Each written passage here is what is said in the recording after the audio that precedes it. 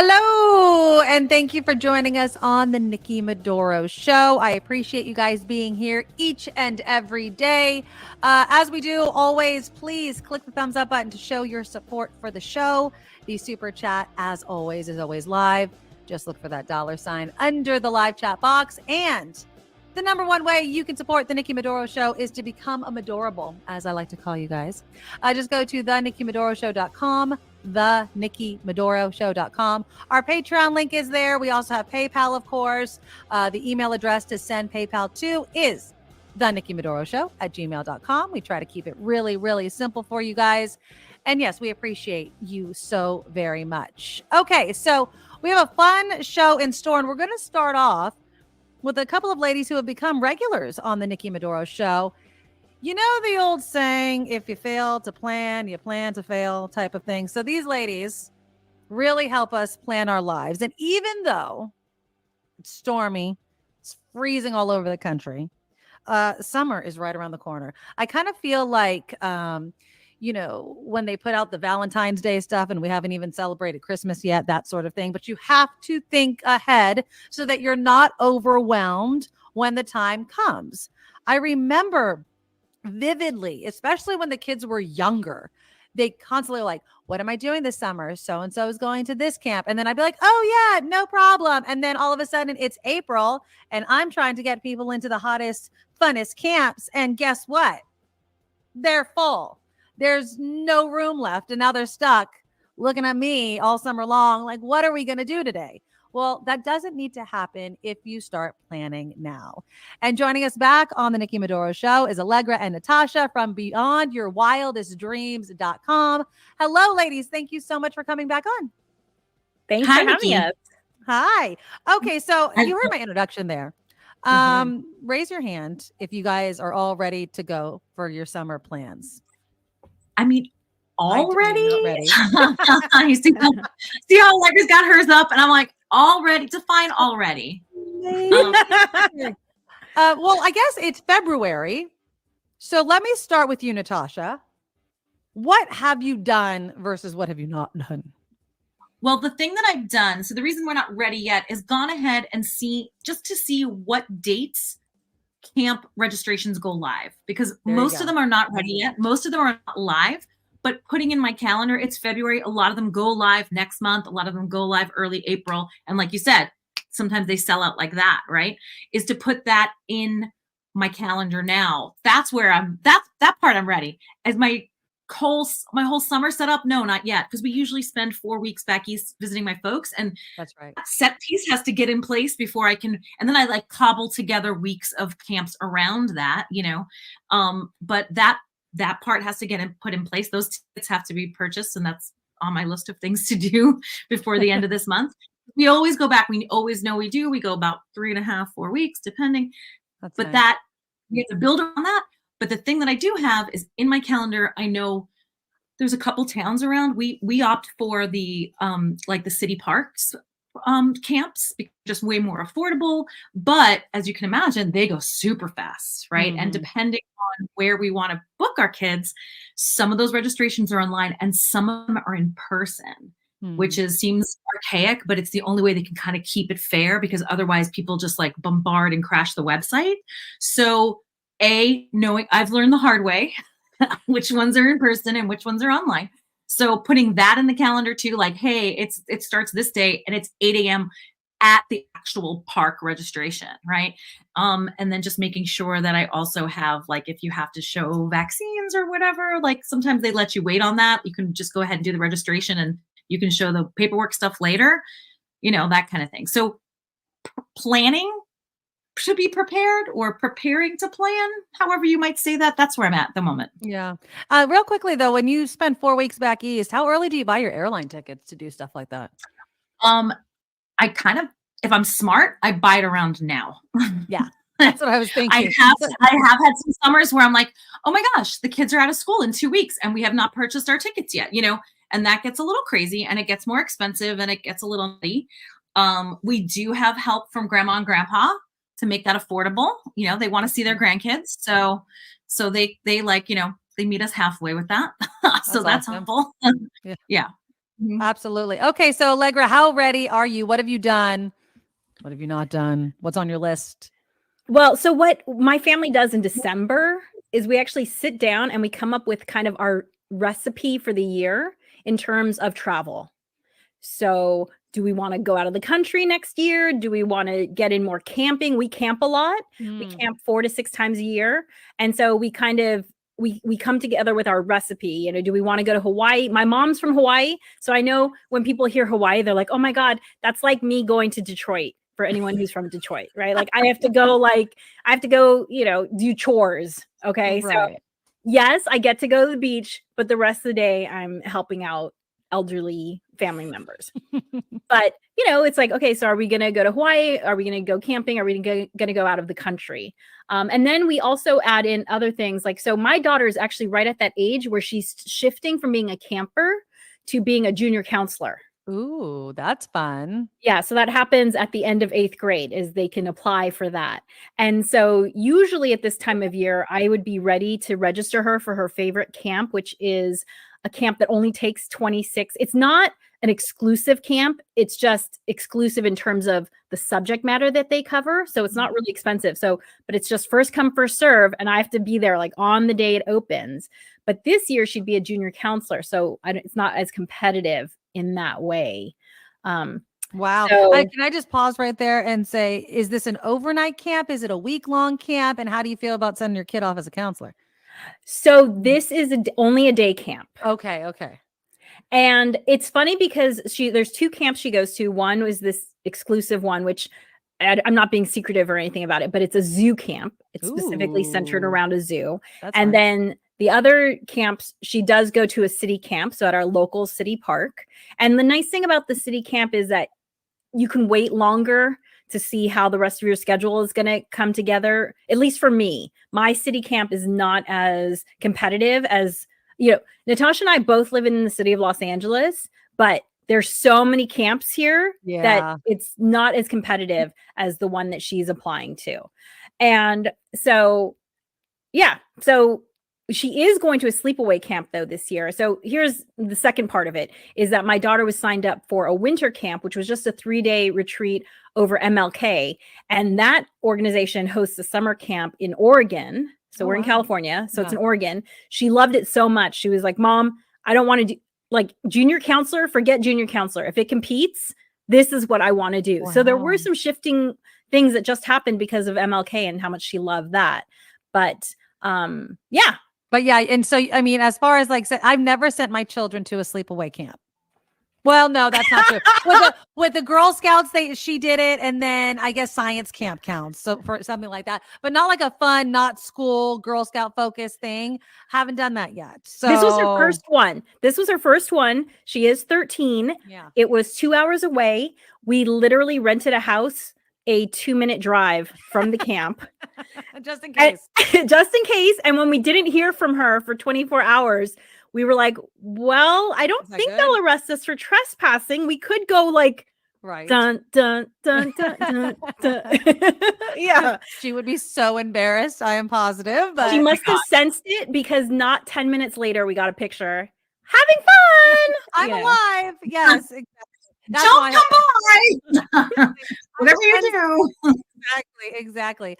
Okay, because I wanted to talk to you guys about summer and how do you deal with conflicting ideas? I know, Allegra, you were just talking about in December, you have kind of this family conversation. What do you do when some people want to do stuff and other people are like, I just want the summer to just flow and whatever happens, happens. How do you fight against that urge? Because that's kind of where I find myself in. It's like, maybe they'll want to do something. And then all of a sudden school's out and the kids are bored and up my butt and I don't know what to do with them. This is why you have the conversation. Yeah. Because honestly, the problem person in my family is my husband, who's like, you know what? I would have rather, and I was like, nope, you got to chime in December. Chiming in time is done. The other thing too is my husband, I am more like, let's spend as little money as possible by planning ahead. And then we have more money to do more things with. Whereas my husband is like, oh, I can get it here tonight if I pay $75 in shipping charges. Done. And I told my husband, I was like, whenever I see those $75 shipping charges on the credit card, it literally negates all the good feelings I had for that gift you bought me. Right.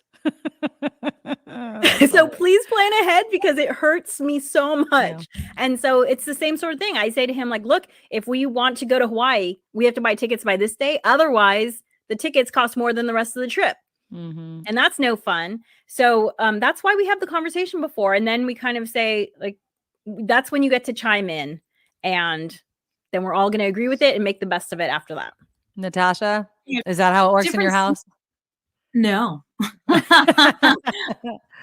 my husband breaks out in hives if I'm like, hey, it's December, let's talk about June. He's like, you know, Right. like he really can't. So because we have that fixture of the 3 to 4 weeks east, he unfortunately very rarely gets time off during the summer. That's his busiest time. So that's just me and my kids. And the thing that's been different for us now, I have a 13-year-old now and a 10-year-old, and they want to spend more time at home during the summer. And they've expressed that the last time we went. So we went for 4 weeks and they really were like, this is too much.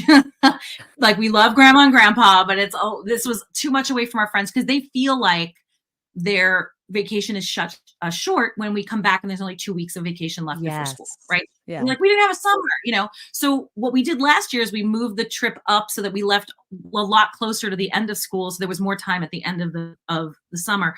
But now I realize not only do we have to do that, but we probably need to shorten it by like a week or so. So we'll probably do 3 weeks this time instead of 4.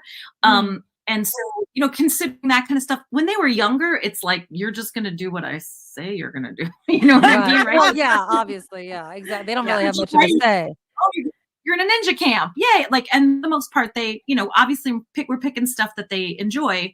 And, you know, a lot of times when we're back east, we're not doing any camps. We're just, you know, frolicking, Just hanging out on the coast and doing whatever, you know, hikes and biking and swimming and whatever. So there's a lot more flex time as far as that concerned, but just kind of checking in, you know, like, as their teenager just wants different kind of summer experience than he did when he was 8, you know?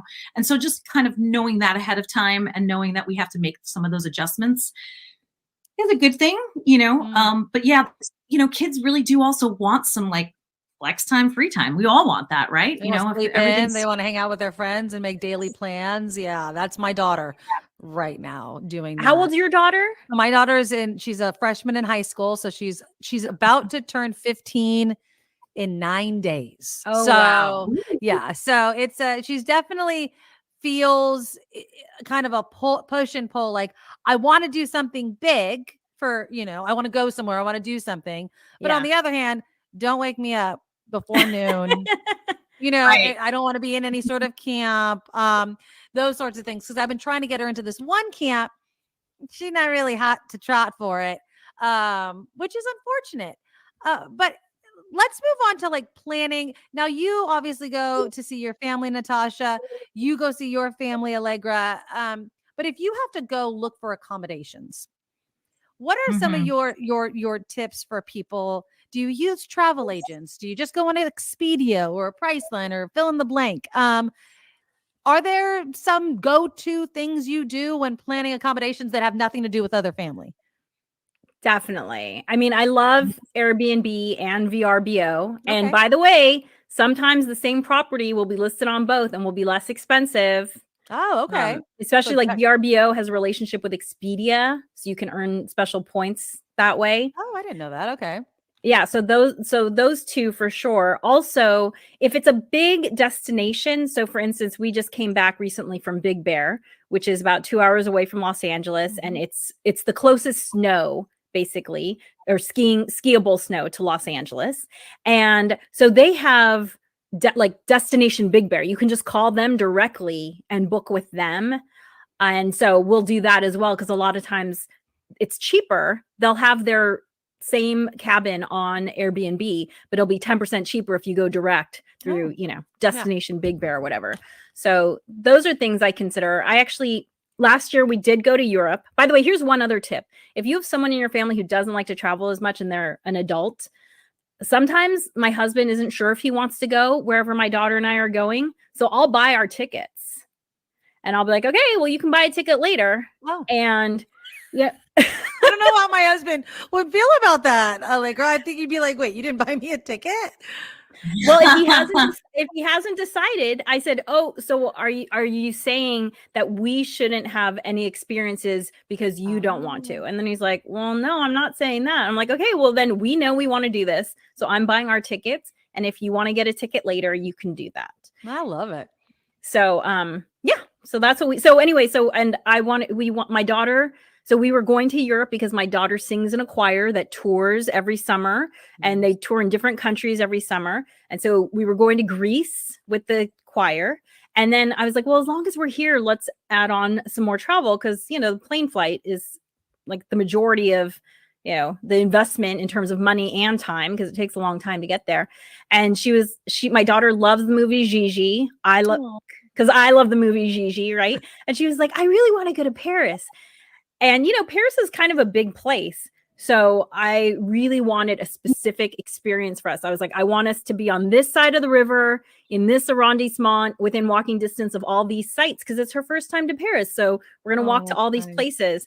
And that's the beauty of a thing like Airbnb, is that, I got a really amazing place 500 meters from, Notre Dame Cathedral. So that was really cool. That was my son's voice. He just got home from school. Okay. It's like, hello. Okay. So Natasha, what about you? I mean, if you're not going back east for 4 weeks, are you an Airbnb or what do you do? Totally. 100%. Because also, you wind up getting you usually have some other amenities other than just a bed and a bathroom. You usually have at least some kind of like workable kitchen, so that wind up saving that way too, by like just having, even if it's just breakfast every day, right? That's that's kind of like, you've got some stuff for cereal and whatnot. It just winds up saving you some money that way too, to just like have a lot of, amenities available to you. Usually there, it's also like maybe a hot tub or whatever, you know what I mean? That kind of a pool or something. Yeah, exactly. I do have an Airbnb tip. Oh, okay.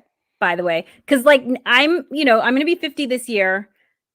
If I'm walking a lot, I need a tub, not a hot tub. I need a tub. Oh, a tub, right? Tub. Okay. Like I need to soak after putting in 30,000 steps around Paris, which we did. And there's no way to search for it the obvious way, like to look for amenities. So if you look for like the Airbnb amenity hack, you can find a code for there's like 67 amenities you can search for. And you just have to put these 3 digits at the end of the search. And then you'll only see places that have tubs, or you'll only see places that have a fireplace, or whatever thing you want. So helpful. And what's it? So you just Google Airbnb hacks or hack codes or something?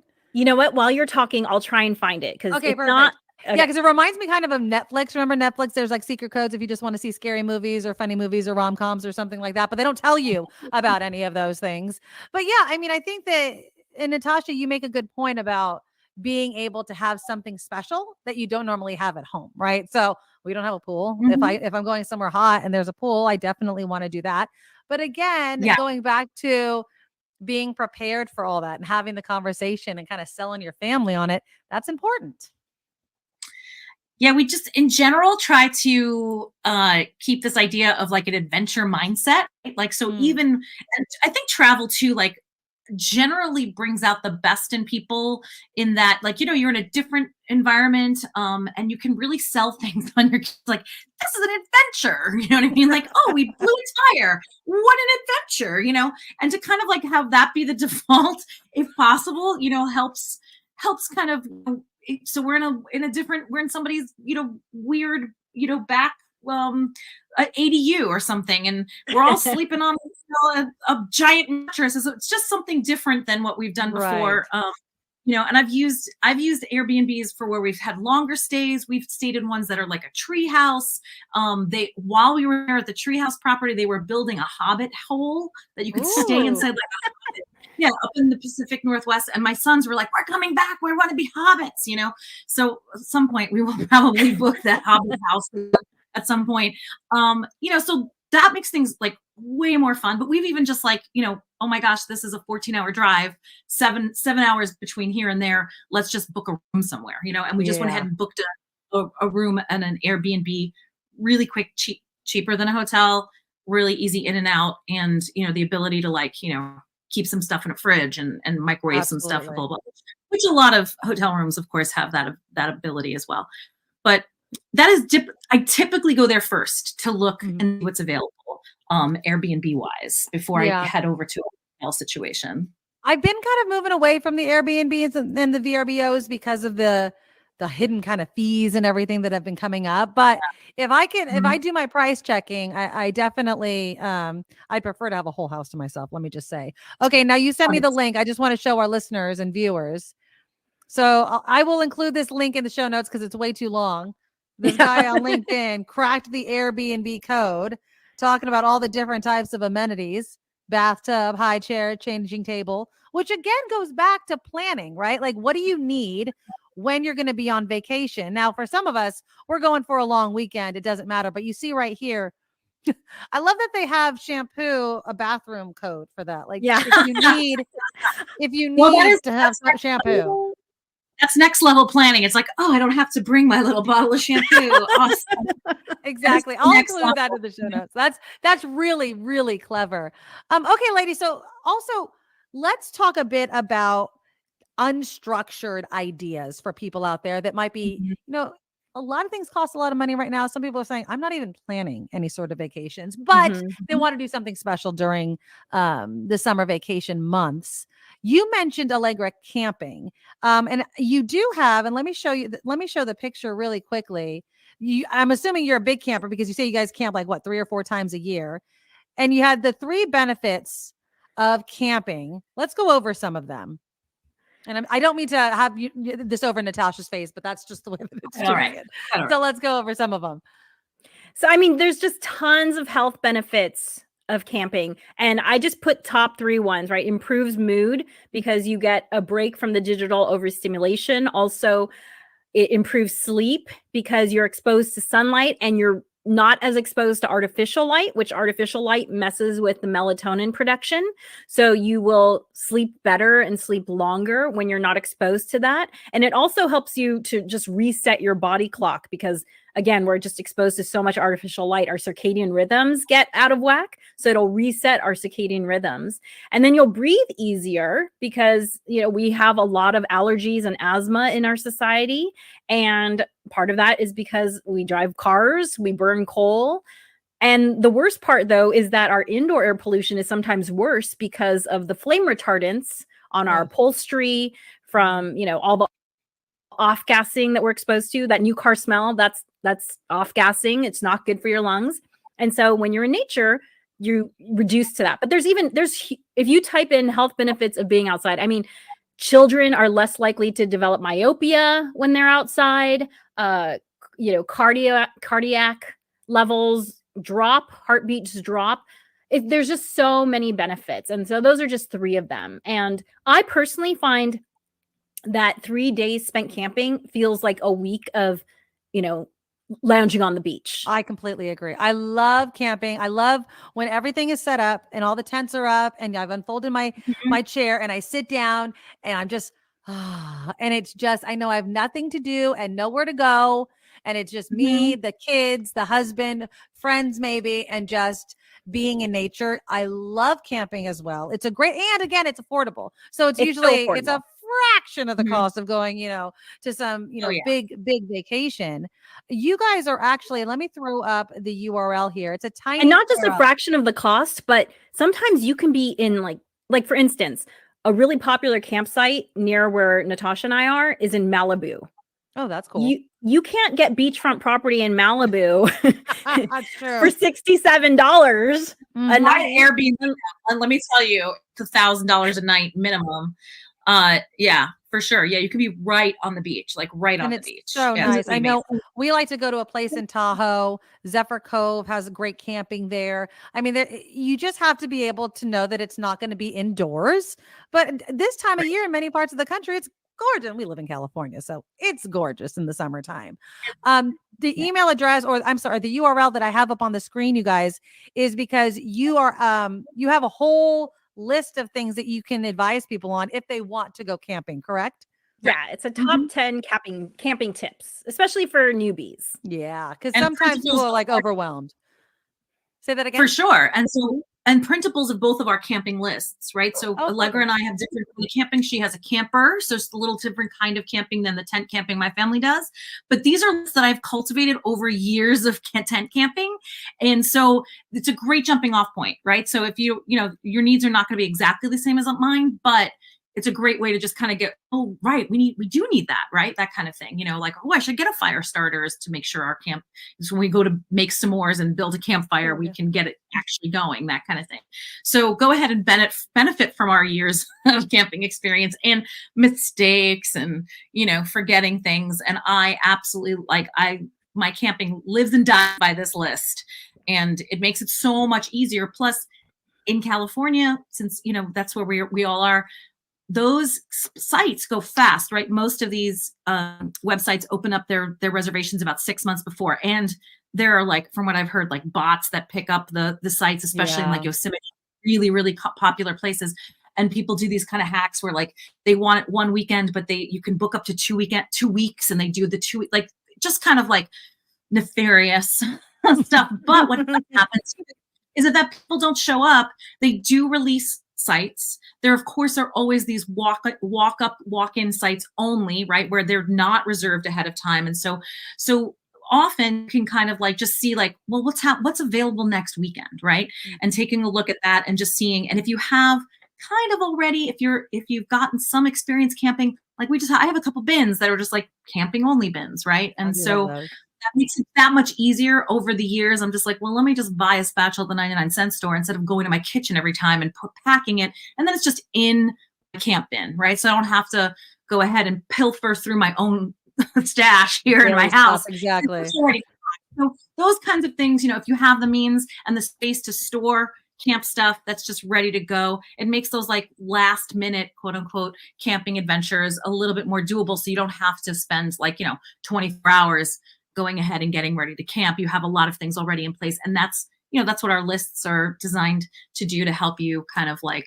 go ahead. It's almost like a quick preparedness kit, yeah, but for exactly. camping. Perfect. All right. Before I let you ladies go, and again, you can find all of their books, everything they've written at bywdreams.com, beyondyourwildestdreams.com. Since we're talking about camping, where is your favorite place to camp, and maybe include one of the off the beaten path places? My favorite place is Joshua Tree National Park. Never been there, and it's on my list. It is like a Zen rock garden for giants, but only the north part of the park, because the north part of the park is high desert and the south part of the park is low desert, and the topography and geography totally change. So you definitely have to go to the North Park portion.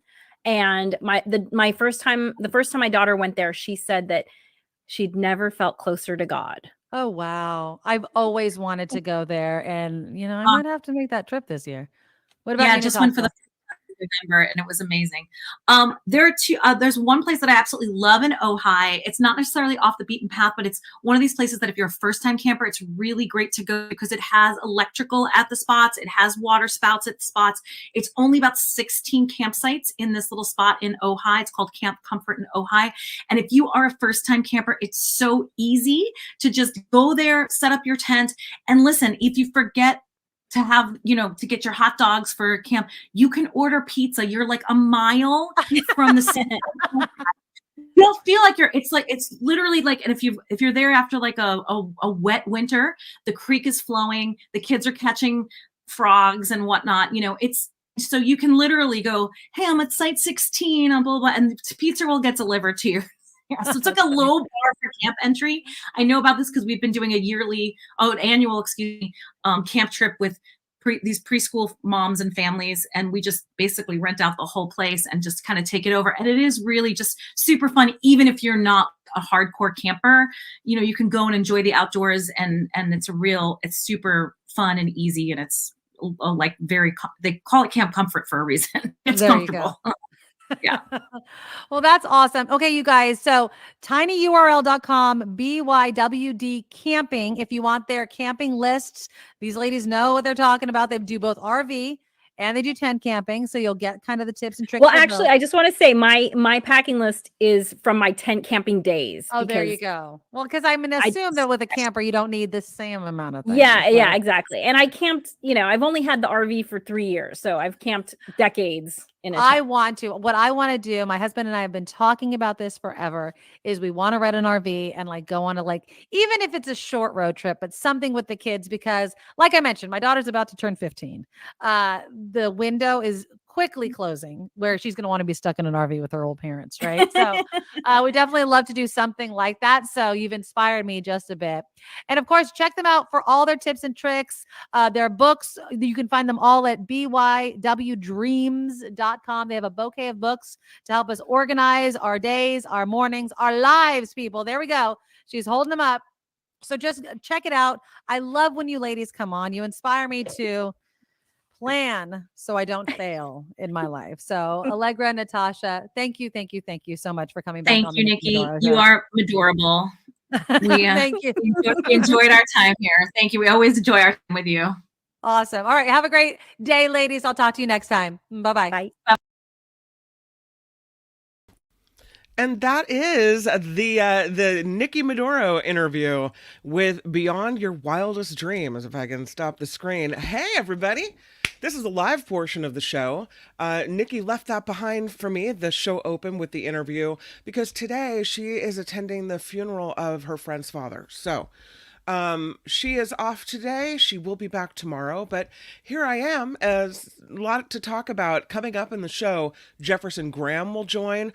We'll talk about a situation, I call a situation in San Francisco, where there's a push now to get facial recognition drones that the police will be able to use. You can imagine how people are a little upset about it, but also you'd be surprised at how many people support this because of the level of crime in San Francisco. So we'll talk to him about that. Also, he's got some photo tips. Do you ever take a picture and one person's got their eyes closed? Apparently, you can fix that after the fact. It seems weird that how can you change someone's face, but you can. So we'll talk to him about how to do that. But first, I was hoping to do a little bit of news before we get into what happened in Kansas City. So let's make it happen. Now, from around the world to up your street, the Nikki Maduro Show presents News Czar Kim McAllister. Well, we will start with dual hearings in criminal cases involving former President Trump. Both are underway. Trump in a New York City courtroom where his motion to dismiss a case involved in alleged hush money payments paid to adult film actress Stormy Daniels has been denied. In Atlanta, Trump's lawyers are in court regarding allegations that the former president was part of a scheme to overturn Georgia's 2020 election results, and we'll be talking a little more about that as well.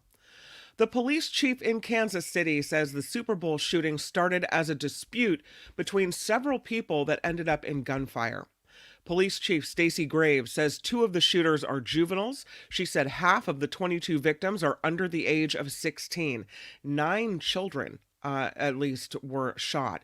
One person was killed as the gunfire broke out among a crowd of thousands yesterday, and we'll talk about the victim and what she means to Nikki and I in a kind of a distant way. Neighbors of the man who barricaded himself in his Washington, D.C. home after shooting 3 police officers yesterday are in shock over this 13-hour ordeal. They say 46-year-old Julius Jones has always been pleasant and cordial. They are very confused about his actions. Police say Jones fired off several rounds through the door of his home, injuring officers trying to serve a warrant for animal cruelty. Elon Musk says SpaceX is no longer incorporated in Delaware. That after the state court voided his $56 billion pay package with Tesla. Yeah, he's not too happy about that. Musk angry after his compensation package ruling went in favor of a shareholder who argued that it was negotiated by directors who had close ties with Musk. The company is now incorporated in Texas. The Genesis Open is underway in California as this week's PGA Tour event taking place in Pacific Palisades near Los Angeles, and Tiger Woods is making his return to play for the first time since last year's Masters. Iron Maiden might not be this year's Rock and Roll Hall of Fame nominee, but having a new species of lizard named after their frontman is not the worst consolation prize, they say. A new lizard species discovered in Lima, Peru has been named Enyaloides dickinsoni in honor of Bruce Dickinson. A description of the lizard on the journal Vertebrate Biology website confirms the lizard was named for Dickinson. So there is that. All right. This report is sponsored by you, which means that we do rely on you to help us crowdfund this show.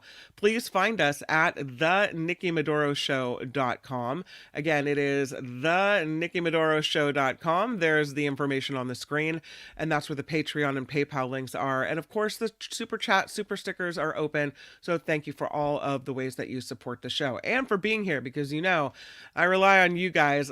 Part of the reason I love being on this show, and Mark's show as well, is the conversation, is seeing what you all have to say about everything.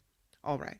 So let's go ahead and jump right into it, because we've got this horrible situation in Kansas City. And here we are in Niner country. This game was very, very close. It could have really gone either way. Went into overtime. I wouldn't have been surprised if either team won. That's how close it was.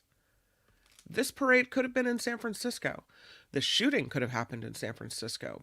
Not that there would have been the same people involved, but these are incidents that are not particular to a place anymore. It's not, oh, that was a bad neighborhood. Oh, that's a rough city. This can happen anywhere at any time. We see it across the country, right? Every day. Sorry, Kim, say it, don't spray it. We see it all over the place. And so I guess the question I was left with yesterday is, are we done with these big events? Are we through gathering in large numbers in large places for protests, for celebrating victory rallies, for large outdoor concerts like in Las Vegas? Remember that mass shooting? Are we done with that? For safety reasons. The police chief the mayor in Kansas City, said they had 800 police officers out there, but that there is no way, and this is from the mayor, there is no way to secure a venue like that where it's just city streets and there's buildings all around. There's no way to 100% guarantee anyone's safety. And I saw one of the people that was there at the parade was saying, they should be able to guarantee our safety. Well, they can't, and they're telling you they can't. So does that mean we're done with this type of parade? Does that mean we're done with this type of outdoor event where thousands of people are gathering? And does it give you pause? Are you going? The next time the Giants or the Sharks or the 49ers or the Warriors win, are you at the parade? I've been sent out to cover these parades. It is joyful. Everyone in the same place, celebrating the same thing, feeling the spirit of community and camaraderie and victory. And it's celebrating the place where you live and your team, and just, feeling that spirit of togetherness in doing something like this and coming together for that. It's a thing that I probably wouldn't take my family to, sadly. Does that mean that I'm bowing to fear? It means that I'm being realistic, that I know that these events are, pardon the expression, prime targets for people that want to do harm. And while California has better gun laws, I still think that and there's a reason for them all, and red flag laws work. I'm behind them 100%. But I do think that if someone wants to do you harm, find a way to make it happen, especially with more guns in the United States than people. So does it change the way you do things? What I want to know from you today. Let me go to the chat and see what you have to say.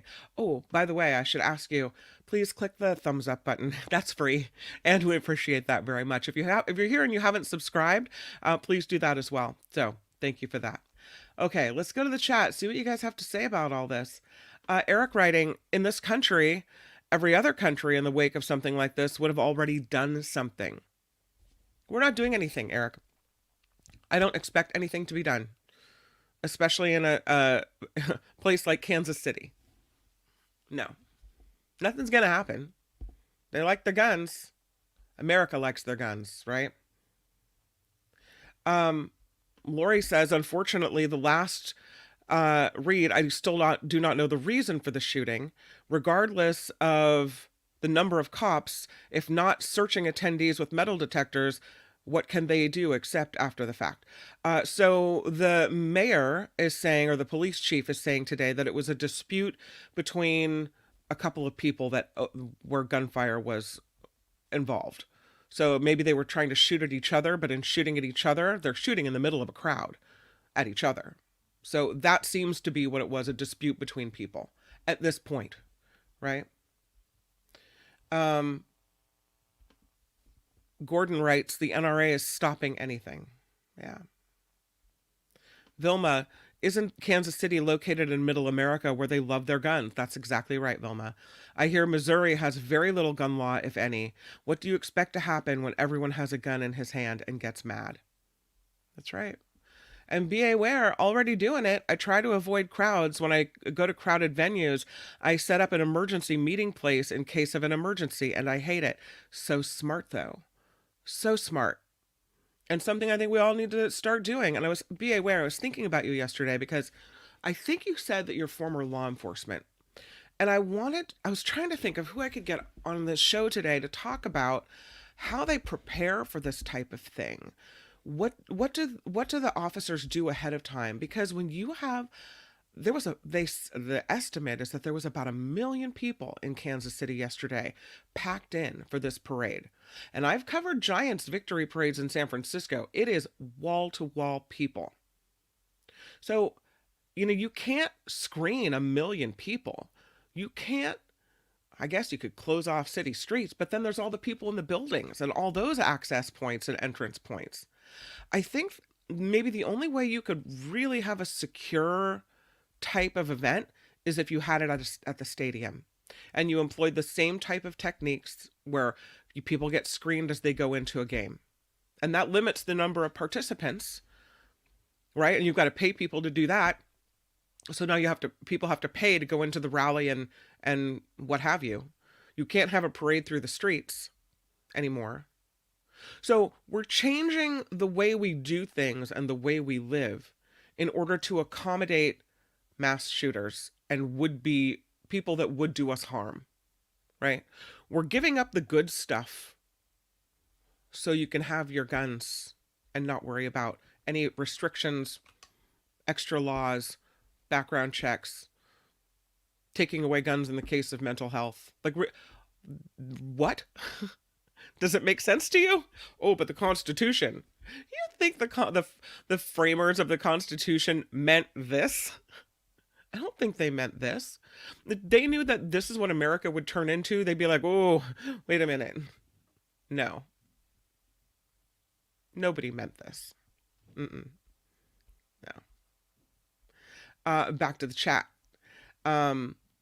Eric writes, eventually kids who live in constant fear of school shootings will be old enough to vote, and then something will be done. Well, if that is not a weird ray of sunshine in my mind, Eric, then I don't know what is. Like, on the one hand, that's my kids, right? Kids who there was a lockdown drill at school this week where kids had to hide. I got the email, talk to your kids about their feelings about what happened today at school.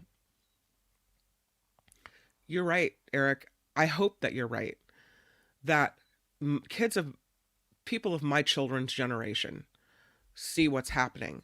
And not that they just grow up with that and think, well, that's just normal and that's the way it's always been, so we accept it. But that they realize that this is not normal and that this is not the way it's always been and that change can be made. I'm hoping that you're right. I like that you said it. Thank you for the comment. John writes, the video of the shooter, he looked pretty young. Could be all the suspects are minors, so they haven't released their names. That is the way I think it's looking. All teens, it seems, but I don't have the information on that yet, but I know they said it was a dispute between young people. How young? I don't know the answer. Donald the Maine Coon says, I guess they can dispatch those dog-like robots to monitor the area. That's frightening. And I don't know, what do those dog robots do? Can they detect weaponry?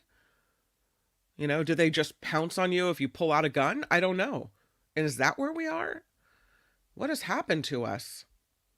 Kansas City might be worse than San Francisco. Gun-wise, for sure. Well, we all have guns, so you see how fast something like this is put down. Okay. Yes, it was personal. That's what they're saying, is that it was a dispute between people. So, John says, I would not have gone to that kind of event, more because it's not my thing, but I'll go to other big events. You have to evaluate risk versus reward. If you go, keep your guard up. It reminds me of, and I think I've mentioned this before, taking my daughter to see Hamilton in the City a couple years ago, where I'm in the theater and I'm thinking, okay, if someone comes in and starts opening fire, what's my mode of exit? How do I get out of this place with my kid? Where do we hide? We made a plan. I told her, if somebody comes in and there's trouble, you flatten yourself to the floor and I'll get on top of you. Because that was the only way that we would have been able. We were back by the exit door so that someone would walk in through that door. No. But how sad that you have to think of these things now, right? John says, of course, the conspiracy loons will make up things like they were under mind control to push the gun control agenda. Oh, yeah. No. There's always conspiracy weirdos. Regarding the dog robot guards, Donald says the camera systems with AI searching for people acting in unexpected ways. Well, let's hope their AI algorithm works. What if I do something unexpected? Make a joke, laugh in like a jarring way or something. Not that I want to do that, but it was scary. John says, we've all heard all kinds of bat spit and crazy conspiracies already. When the facts come out, we'll see what happened. Yeah.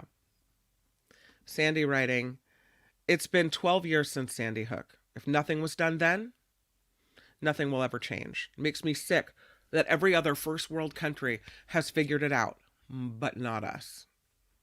We love our guns too much, Sandy. Can't take away someone's rights.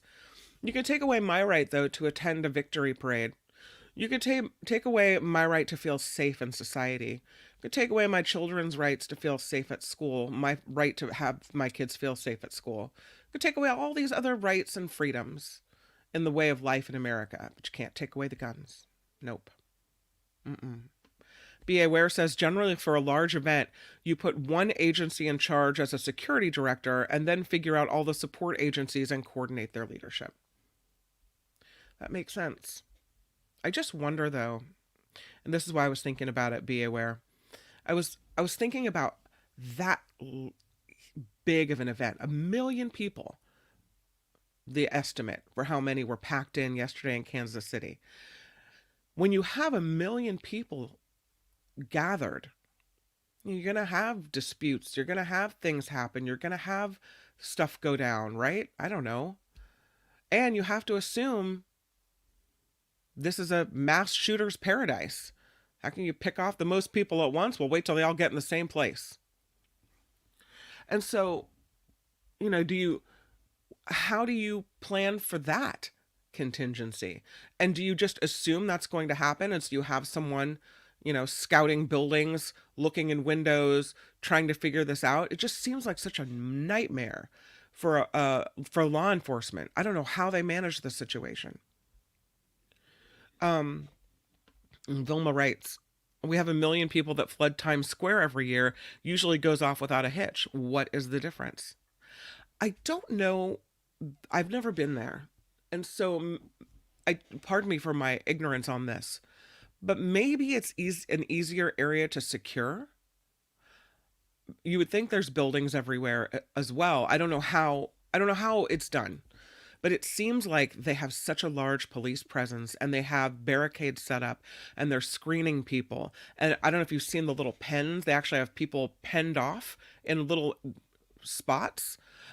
I don't know. Maybe they've got it down. Maybe the Kansas City people or whoever wins the next World Series or Super Bowl or, NBA championship, maybe they ought to call New York and say, all right, how do you do an event like that? Or maybe we're just done with big events like this. Maybe that's just the way it is now. I don't know. Anonymous says there have been at least 3 schools in the Bay Area that had a gun found in the last year. Way more than that. As a matter of fact, there's a new article I was just reading in the Press Democrat where they arrested a 14-year-old kid for using a 3D printer to manufacture weaponry. 14-year-olds are making guns. Kids arrested. They gently lead him out of class. The teacher leads him out to not make a big deal. The cops get him once he's outside, and they're like, were you making guns? What? Kids are making guns. It should scare the bejesus out of us. Luis says, the irony, the gun nuts say they need machine guns for protection, yet we are not safe because we have more guns than people in America. Exactly. Oh, Heather, stop going to the things with the big crowds. Right? And that's how we have to change our behavior. We're changing for them. We're changing for people's right to have guns. That doesn't feel right. Does it? No. Gordon says, are we raising the next generation of fearful people? Well, look what we're doing to them, Gordon. We've got school, as I mentioned, school lockdowns this week at my kids' school. And as I mentioned at Hamilton, having to think about what's our strategy if something happens. I can't even enjoy the show. I'm thinking about, somebody's going to come into this theater. This is where we are. This is where we have landed. And I mean, I don't want to freak anybody out. I don't want to freak my child out, but you got to think about these things now. This is the world we live in. I don't think minors are supposed to have guns anywhere, to be honest. That doesn't mean they don't have them. As you mentioned in Santa Rosa, they're making them. So, Spencer says, I have guns and I don't touch them, mad. That's so good. But other people do, clearly. Yeah, this is what I was talking about. This is exactly the story I mentioned. BA, they just busted a kid at Montgomery High School. Same high school where they've had incident after incident for making a ghost gun on his 3D printer. The problem is becoming bigger with technology being so available too. That's right. And then it becomes a matter of, well, you can't control everybody's 3D printer, can you? And there's no background check. And there's no psychiatry check. You just make a gun because you want one. For whatever weird reason. Anonymous does the same thing. Only one in my family. Plan for the less than 1% chance of things going south and look for exits. It's scary that we have to. Ron says, after that truck ran over people in France, I was in Belgium with my mom, and for the first time, we were looking for exits, a feeling we had not experienced before. I'm sorry you guys went through that. That's really scary. Lee says, I always look for the nearest exit when I'm in a theater or a large auditorium. It's usually not the entrance you came in, but that is where large crowds run to during an emergency. You're looking for, the nearest exit. Yeah. And you know what you should be able to do, Lee? You should be able to walk into that theater, look at the beautiful architecture, get excited for the show, have your mind focused on the experience and what lies ahead and what you're going to see. And maybe where you're going to go to dinner after the show, right? Your mind should be on the enjoyment of the experience and the event, not if somebody opens fire, how the hell do I get out of here? And when did that become the acceptable thought? When? And are we pissed yet? Pardon my French. Are we angry yet? How angry do we have to be? How many people do we have to lose? How many events have to be marred, for lack of a better word, for us to do something? And my anger, my frustration, I know it's in vain. Why bother being mad about it anymore? Why? Because we're not going to do anything. So we just have to do what Lee does and look for the nearest exit and make the plan. Yeah. Lori's talking about thermal imaging showing the difference in temperature between the metal of the guns and the body. Maybe, maybe that's great technology to develop, or maybe they do that. I don't know. In the case of this kid in Santa Rosa, making guns on a 3D computer, not going to work. Yeah. JT agrees with John Rothman. Yes, was it John Rothman yesterday who said politicians should not be allowed to accept funds from lobby groups like the NRA. Good luck. That's a pie in the sky thinking. You know how much money they've taken? No. Now they're addicted to that money. They put our safety at risk to get that money. You kidding me? That's not going to change. Sandy says, what a shame that our right to feel safe is less important than someone else's right to carry a gun. And I think that's the takeaway of all this, isn't it? Your safety and your feelings of safety don't matter. But your feelings of safety are really paramount to who you are and how you feel about your country, your community, your life. That's like I know we have to breathe, we have to eat, we have to, there's certain things that we need to do to live. Feeling safe, I would rank pretty high among them. Very high. So that we're willing to sacrifice it so that someone else can have a gun. Yeah. Anonymous with a practical statement. In Times Square, the criminals probably don't want to wait in the freezing cold for hours just to do a crime. Maybe. I don't know. Not sure. There's a great column in the Wall Street Journal today about a foundation using AI to replicate voices of child victims of gun violence used to call elected officials and encourage sensible gun laws. Oh, wow. I mean, if it's AI, though, and they know it's AI, does it pack the same punch as somebody really calling? But okay, do whatever you got to do. That's interesting. Oh, Miss Organic, I hope everybody's okay. She says one of my closest friends was at that parade yesterday with the kids. Yeah. Be aware, writing again, there's no way to have foolproof security at an event on that scale. You have to rely on society being mentally healthy enough not to break down into mass murder event. The United States is not healthy. You're exactly right. It is not healthy. Before we move to Jefferson Graham, I wanted to talk about the victim in this case. So far, the only person who has died is a radio DJ, a woman. Nikki and I have never met this person, but I'm going to call her a radio sister because at one point there were so few women in radio that we really all had to stick together. When we share our experiences as women in radio, we always come up with some crazy, crazy stories. So here's this woman. She's a DJ at a Spanish language station. She's there with her community. She's a mom. She's a radio girl. Like Nikki, like myself. And she's gunned down. And that felt personal. That felt really personal. Because I kind of feel like we're, again, radio sisters, right? We share a lot of similarities, a lot of things in common. So at least 22 people, if not more, I've heard estimates fluctuate anywhere between 20 and 24 wounded. Some people still in critical condition. We have our radio sister who's now gone. And I don't feel like we're mad enough yet.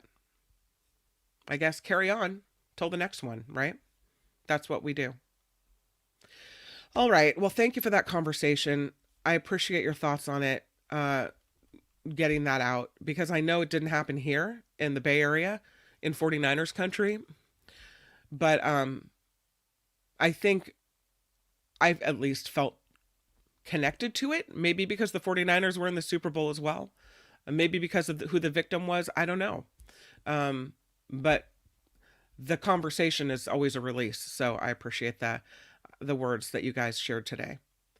Let us change gears now and move to Jefferson Graham, who comes to talk about tech. He comes to talk about some new photo tips, and he comes to talk about other things as well. Friend of the show, it's Jefferson Graham, everybody. How you doing? I'm doing great. Happy to be here. Great. Well, thank you. I like your background with your guitars today. It looks really good. Thank you. We worked on this a lot yesterday. If you, what do I have? 1, 2, 3, 4, 5, 6. I have 8 lights on right now. Can you I believe like it? the lighting, the kind of like the paint is lit up, so it looks different colors on the wall, which looks cool. Right. And it's Yeah. actually, it's not that color. It's gray. I mean, the wall is Oh, actually gray, but I'm yeah. splashing red and blue onto it. Oh, yeah, I can tell. That's cool. I like the way it looks. It's very rock and roll, my friend. Very rock and roll. Yeah. Well, thanks to Tony and Sean who came over and helped me on this.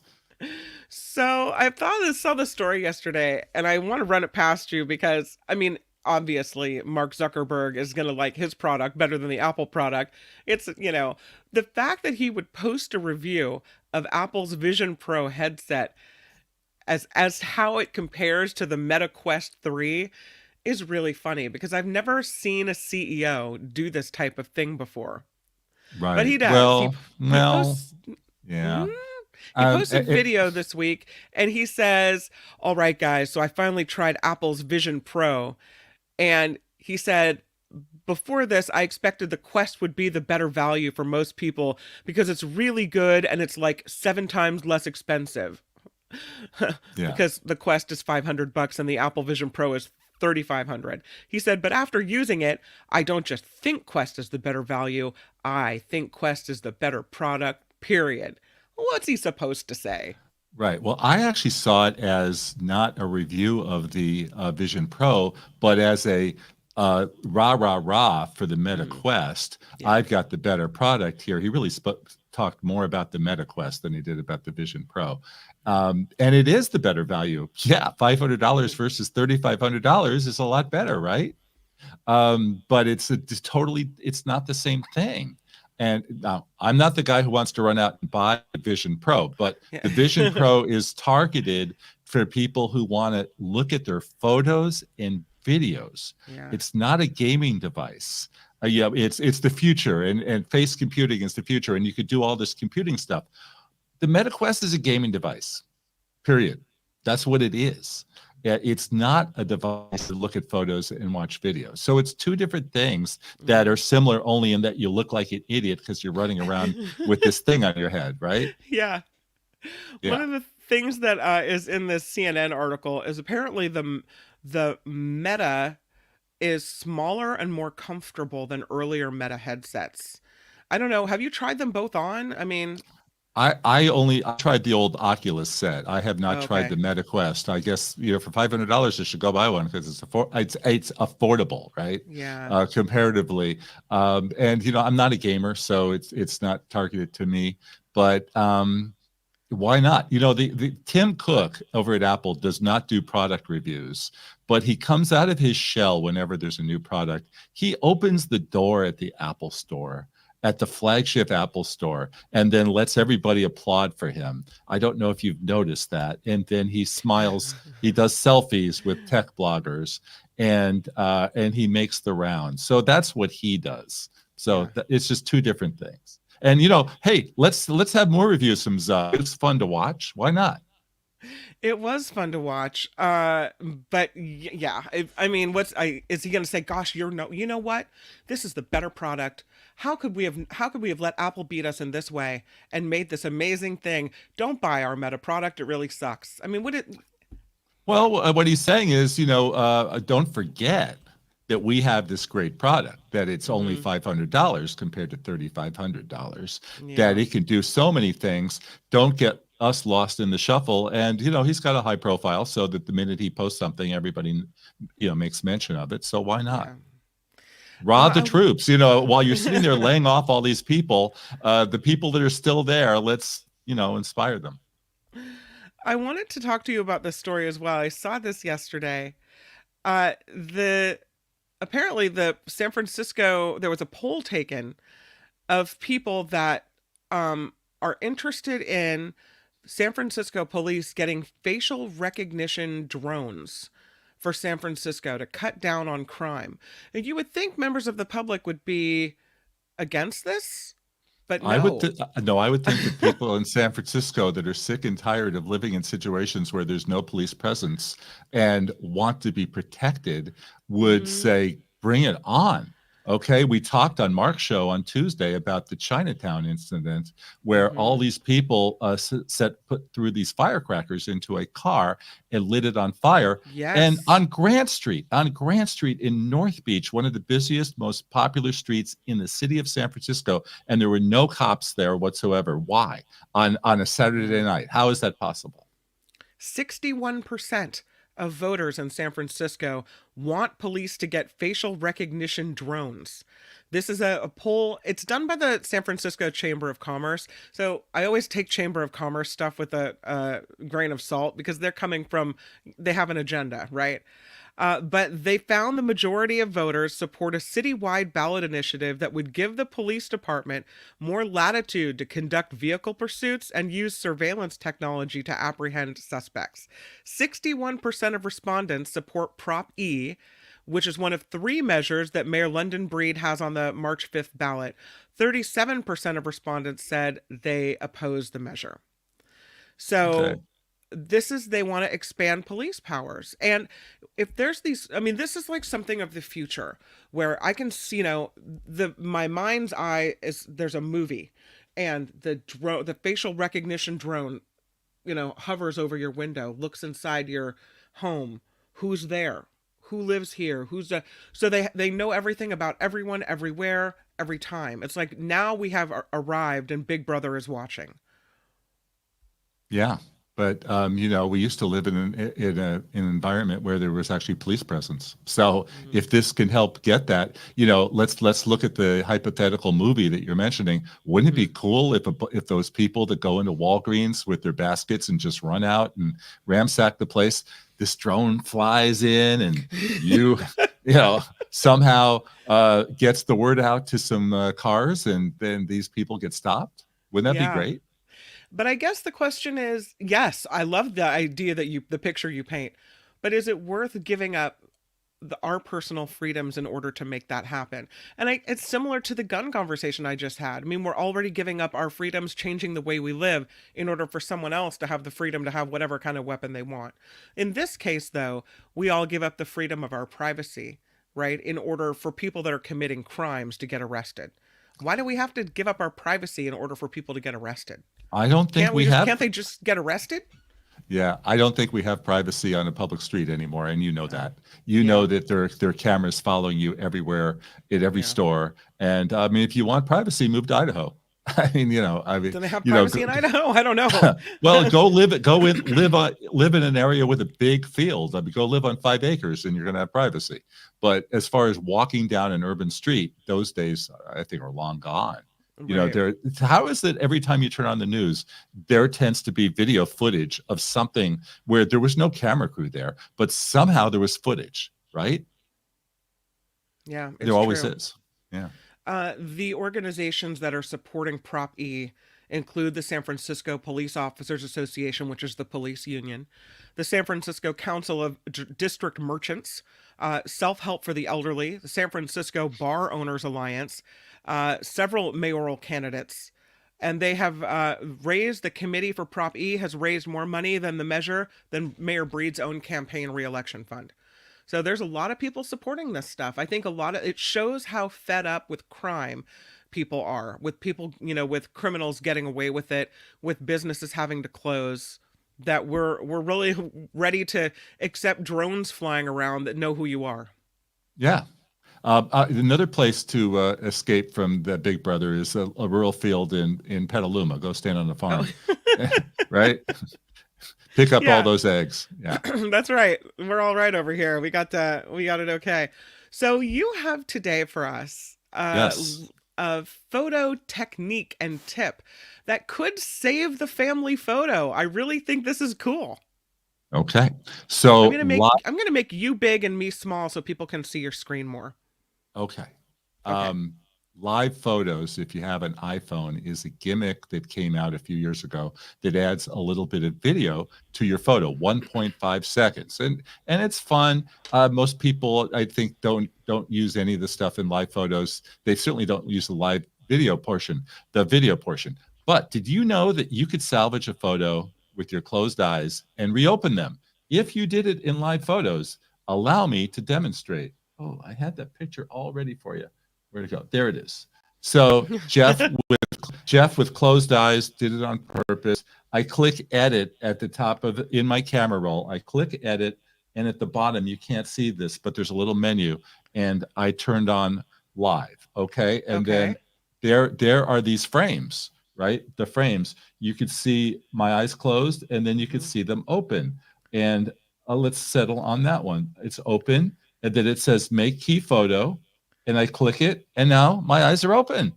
Oh, do you have to have that setting on your phone already set to where it takes a little teeny tiny video snippet in order to have those extra frames?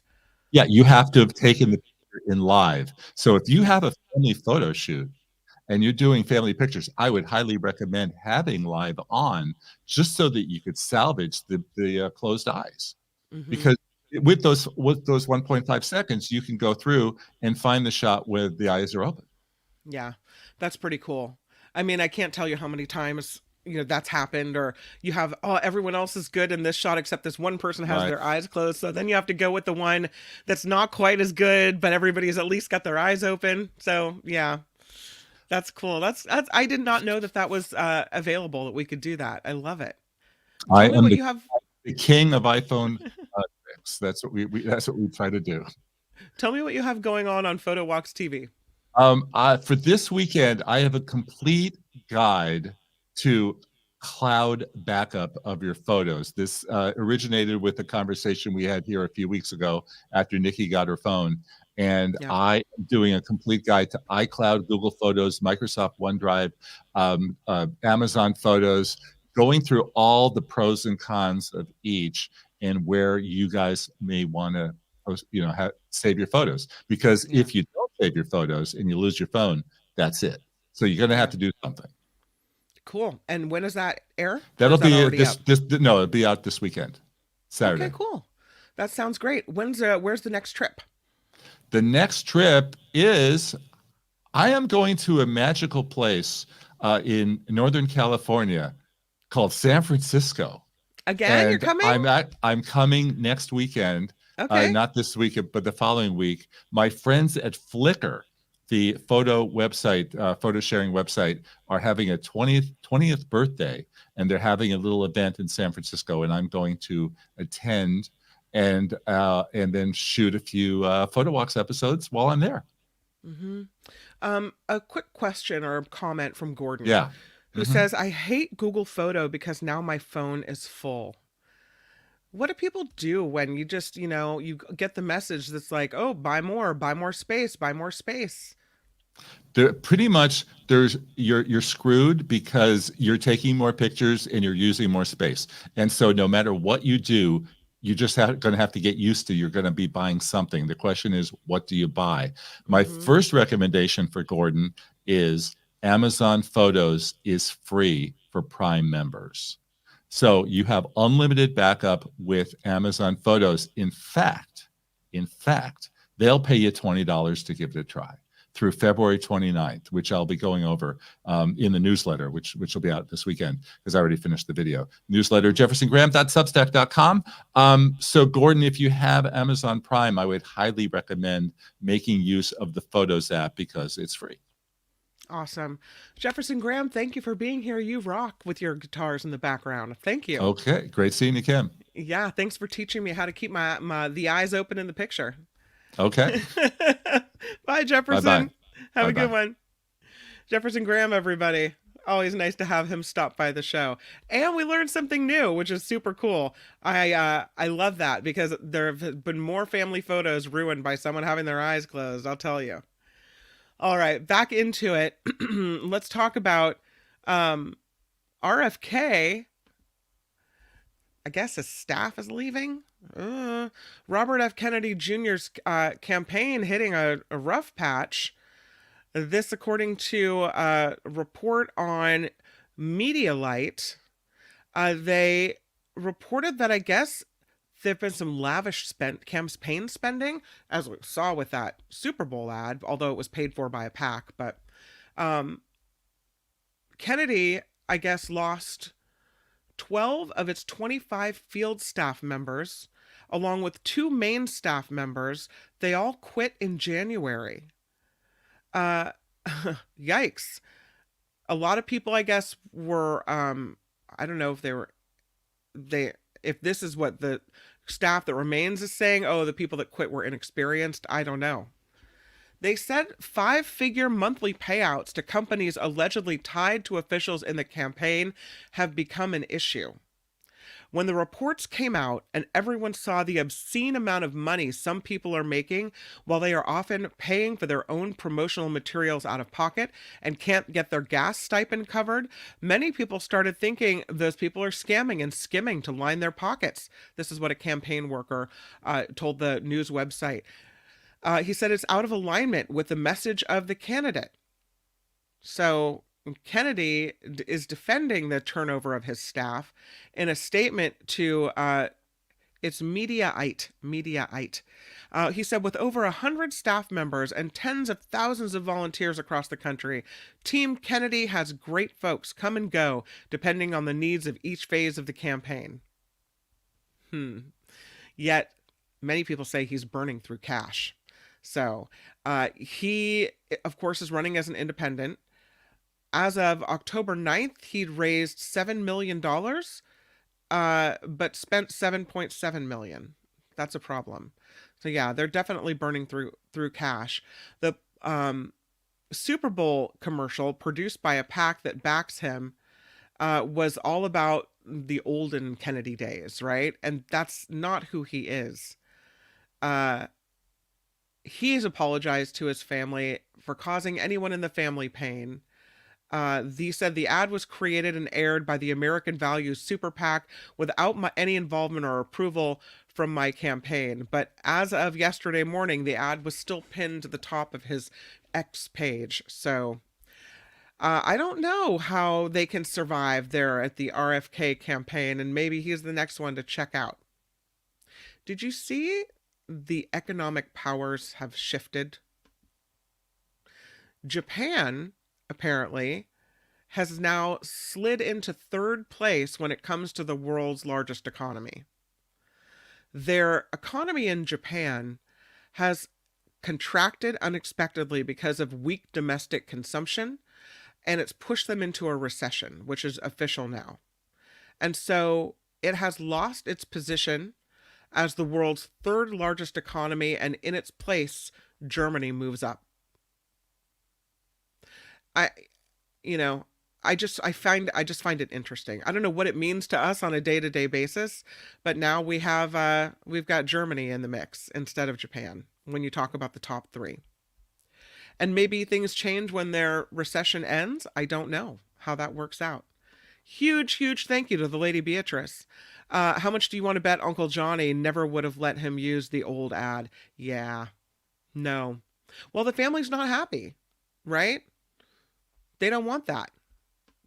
RFK is a joke. RFK is an embarrassment to the whole Kennedy family, says Vanessa. Spencer can't believe any woman would marry him. Lady Beatrice says RFK Jr., his own father would have been ashamed. Yeah.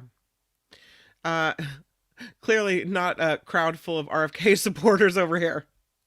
Oh, and Spencer with $5. Thank you guys for supporting the show.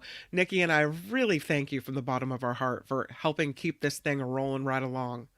Very much appreciate that. Let's talk about this story. And I don't know how much I believe this. Maybe he's using reverse psychology. I don't know.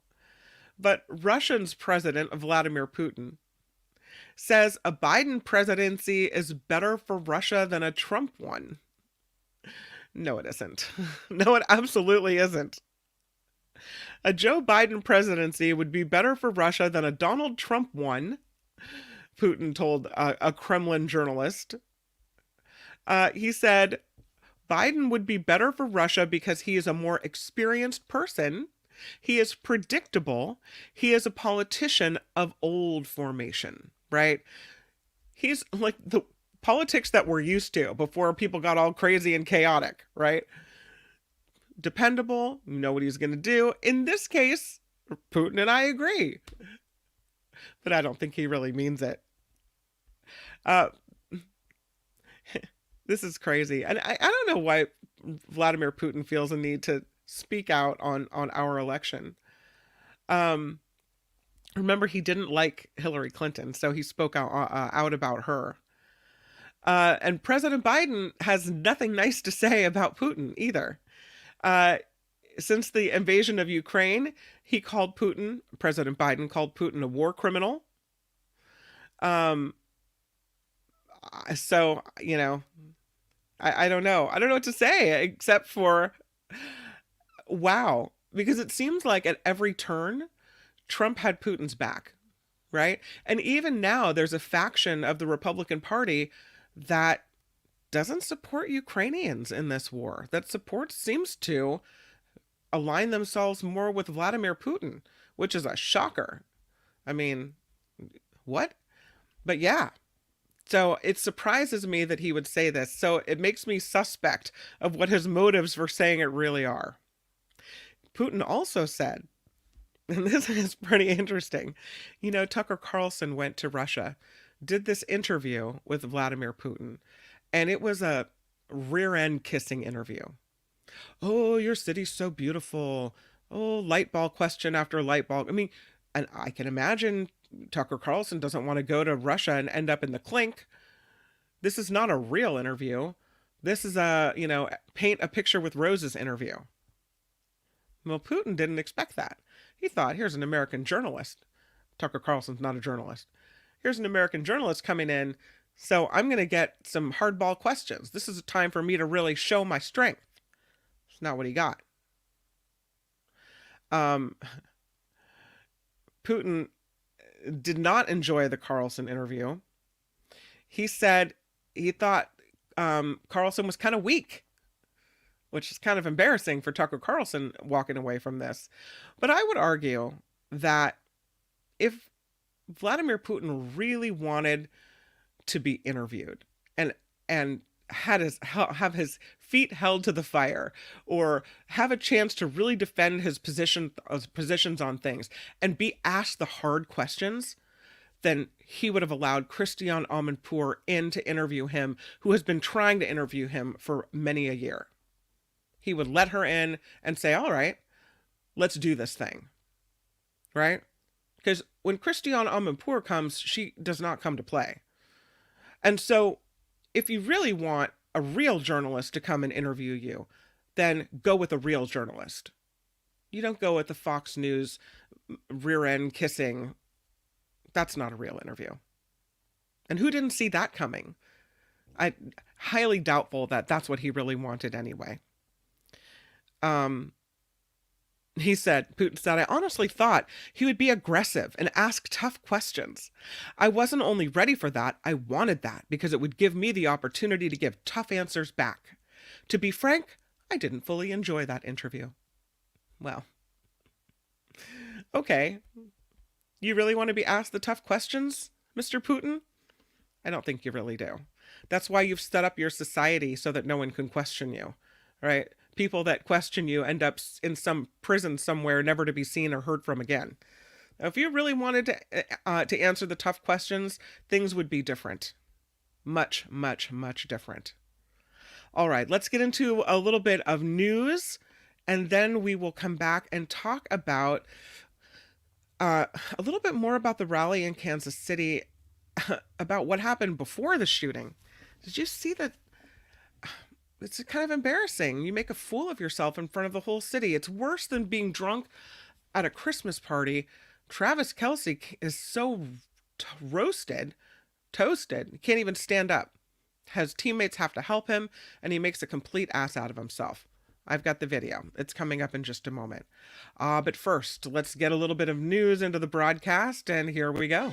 Now, from around the world to up your street. The Nikki Maduro Show presents News Czar Kim McAllister. Well, former President Donald Trump is facing a March 25th trial date related to hush money payments that he allegedly paid to an adult film actress. Trump in a New York City courtroom today when a judge denied his legal team's motion to dismiss. Another Trump legal team is in an Atlanta courtroom arguing to have Fulton County District Attorney Fani Willis removed from the former president's Georgia election case, that due to having allegedly an improper relationship with her top lawyer. We'll see how that plays out. Two of the suspects in Wednesday's Kansas City Chiefs Victory Parade shooting are juveniles. Police Chief Stacey Graves saying in a news conference the shooting started as a dispute between several people. She said the youngest victim is 8 years old. Half of the 22 people wounded are under the age of 16. President Biden will visit the Ohio town where a train derailment last year ignited a days-long fire that released poisonous fumes. The White House says the president will meet with East Palestine residents impacted by the Norfolk Southern train derailment and assess the recovery efforts that have gone on there since. Officials from various federal agencies were on the scene, but many criticized the president for not visiting the town during the immediate aftermath of that incident. Authorities are investigating a truck explosion that happened early this morning near the Los Angeles harbor. 7 firefighters reported to be injured in this situation, including 3 that are in critical condition. The truck was loaded with pressurized cylinders. So, that's a bad situation there in the Los Angeles harbor.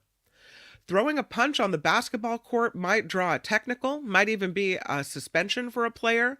Detroit Pistons player Isaiah Stewart learning the consequences are more severe when it happens in an arena parking garage.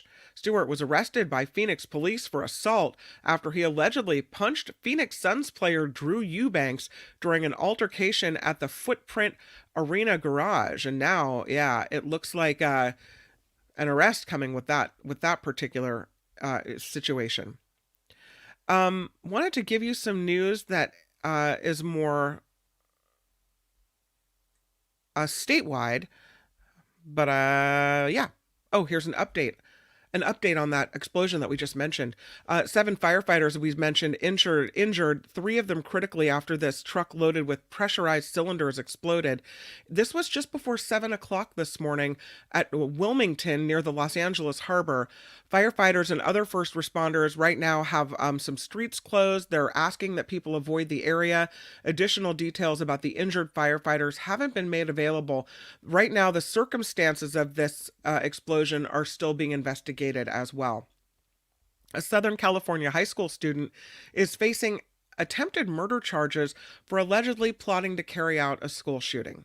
Authorities arresting an 18-year-old student after police claim he had every intention of carrying out a shooting at Ontario Christian High School. The student taken into custody after another student came forward with concerns that the boy was obsessed with school shootings and had access to weapons. Thank goodness for the other student coming forward, or this report would be completely different. In San Francisco, a little happier news. Celebrating the 20th anniversary of allowing same-sex marriages in the city. Same-sex couples tied the knot on Valentine's Day at City Hall, marking the 20th anniversary of the so-called Winter of Love. It was 20 years ago that then Mayor Gavin Newsom challenged state law and had the city of San Francisco begin issuing marriage licenses to same-sex couples. Those marriage licenses ended up being voided by the state Supreme Court, but same-sex marriage became legal in California in 2013.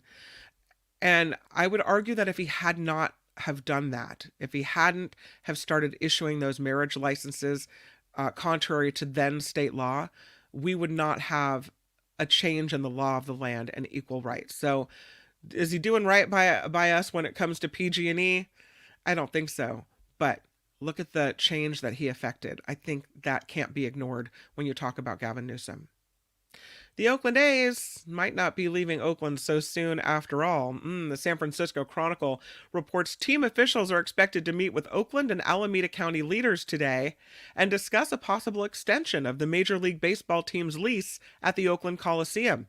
The A's are expected to play at the Coliseum this upcoming season, but it was expected that they would leave after that while waiting for a new stadium to be built in Las Vegas. But the team has yet to find a place to play between 2025 and when that Vegas stadium might likely be open in time for the 2028 Major League Baseball season. We just saw the mayor of Las Vegas say the A's might consider staying in Oakland, right? She doesn't necessarily want them in Las Vegas either. I feel like they're the orphan baseball team, with no home and no place to go. Nobody wants them. Whose fault is that? The battle against crime continues in San Jose. The city has announced a pilot program that gives free security cameras to local business people in high crime areas. The goal is to hopefully deter criminals from breaking the law in some high profile business areas in town. Those cameras would be continuously recording, and footage would be stored for 30 days. And again, they're giving them free to business people in San Jose to try to stop an uptick in crime in this area. This story, I'm telling you guys, so gross. I don't even know what the reaction would be. Passengers of a Delta International flight might be relieved to be off of this plane after maggots fell from an overhead cabin onto economy passengers about an hour after takeoff. So people are stuck there with maggots falling onto them. Like it's of a horror movie. The flight was traveling from Amsterdam to Detroit, so a long one. It was rerouted back to the Amsterdam airport, Schiphol Airport, after a suitcase containing rotten fish in the overhead bin broke open and maggots began to fall onto the unsuspecting passengers. Passengers exited the plane after it landed at the original airport, and the suitcase that caused the disruption was put in a bag to be burned while the cabin was cleaned. A passenger told the Daily Mail the owner of the suitcase was identified and detained on the plane after complaints from other passengers, though it was unclear whether that individual was fined or faced any further action. Just 100% ew. Ew, ew, ew, ew, ew. And I'm telling you, seatbelt light on or not, I am not sitting in that seat if maggots are falling on my head. No, thank you. You'll find me back in the lavatory, hanging out and just waiting. Can't even imagine. Nearly $800 million is up for grabs in America's two largest lotteries, with no grand prize winner in Wednesday's Powerball drawing. The jackpot jumps to $306 million ahead of the next drawing on Saturday. The cash option on that, $148 million. It's all right. As for the even more massive Mega Millions jackpot, no one struck it rich on Tuesday, so tomorrow night's drawing is worth an estimated $457 million. You know those people that vandalize art, like the most culturally significant art around the world, to make a point that we're ruining the environment? Which, by the way, is a point I agree with. I just don't agree with how they're making the point.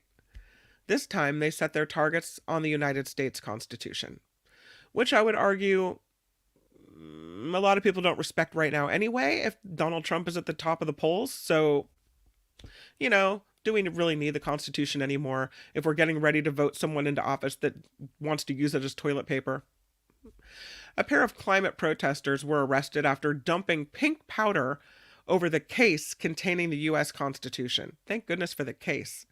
The vandalism took place yesterday afternoon at the National Archives in Washington, D.C. You see, this is why we can't have nice things. This is why we have to put bulletproof glass, right? Special casings upon casings over everything, because they know some a-hole is going to come try to do something like this. Security guards stood by while the incident unfolded. It took several minutes before police arrived and took the two men into custody. Officials have closed down the National Archives for the rest of the day. They say the Constitution appeared undamaged. It is encased in the most scientifically advanced housing that preservation technology can provide. Phew. And, yeah. And we're lucky. We're lucky that it was encased. There's a tiny surgical robot aboard the International Space Station that has performed its very first surgery demo in zero gravity. This is kind of cool. This robot is nicknamed Mira, M-I-R-A, and it performed multiple operations on simulated tissue on Saturday while a surgeon back on Earth guided the robot's hands. This is all taking place in zero gravity. The inventors hope the technology can be used during medical emergencies on long-duration space flights and in remote areas on Earth that lack adequate healthcare resources. We can make this happen. This is a wonderful thing. I'm Kim McAllister. This is the Nikki Medoro Show, a show which is crowdfunded and sponsored by you. So thank you for all the ways that you support the show. Again, big thanks to Spencer. Big thanks to the Lady Beatrice for coming through with $5 super stickers. So the super chat super stickers are open. Also, the Patreon and PayPal links are ready and available for you to use as well. Find us at thenikkimedoroshow.com. Other ways to help the show that won't cost you anything, to clickety-click the like button and the subscribe button as well. All right, so let's go back and talk about this Golden Gate Bridge toll meeting first of all, because here come the tolls again. And as a North Bay resident, it affects me particularly. But again, with PG&E bills rising, Nikki was saying her water bill might go up, and now, they want more every time you turn around from consumers everywhere. And when they hold one of these, well, let's meet to have public comment on a proposed toll hike for the Golden Gate Bridge, they don't really mean we want your opinion. What they mean is we're doing this, but because we have to have the meeting, we will. So I consider it to be a done deal. At least that's how it's always seemed. So the Golden Gate Bridge, Highway, and Transportation District wants to raise the bridge tolls because they say they need help addressing a $220 million shortfall over the next 5 years. The board of directors soliciting public opinion at a virtual meeting that will be held at 7 this evening. The bridge tolls are what supplies the revenue. 2/3 of the annual income, they say, goes to maintaining and operating the bridge itself. The other part of the fees go toward operating the Golden Gate bus and ferry transit services, which are important. There are 4 proposals for the price hike over the next 5 years. Each option shows the price hikes would raise more than $100 million at the end of that 5-year span. So even though they're raising the price with a projected $220 million shortfall, they're only making $100 million. So we still have a problem.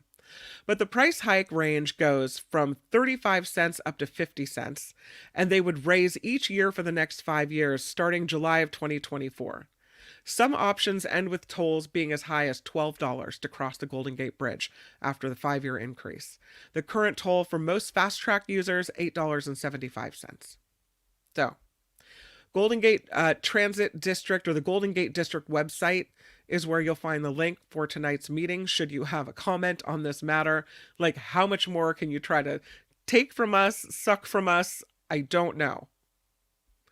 Something else I wanted to let you know is that there's a high surf advisory, especially as we go into this weekend, because I don't want to on Monday, although I'm not here on Monday, but I don't want to come back next week and have to report on someone being pulled off a jetty, someone being sucked out into the sea. So do note, there's a high surf advisory for the North Bay. That includes Point Reyes, also San Francisco County, and the San Francisco Peninsula. So Peninsula, the city, the North Bay, coast's going to be very rough for the next few days. I know Nikki was hoping that this would happen. Raging Waters is going to reopen this summer under new contractors. Remember, there was a question about whether or not it would still be in business. It has been in business since 1985 in the South Bay. Part of a lot of childhood memories for people that don't want to see it close up, right? Well, it closed indefinitely after the 2023 summer season. The company that operates the Raging Waters Park terminated its lease with the city of San Jose. And they wrote, "Thanks for the memories, San Jose. Raging Waters is closed for the season and will not be reopening in 2024. Well, since that sudden closure, city officials have been talking to other companies interested in securing the lease and reopening that water park. On Thursday, San Jose City Council members announced that the 23-acre aquatic attraction is anticipated to reopen to visitors under new owners as early as this summer. The city selected California Dreamin' Entertainment as the park's new operators. They say they looked at multiple companies, and this is the one they want.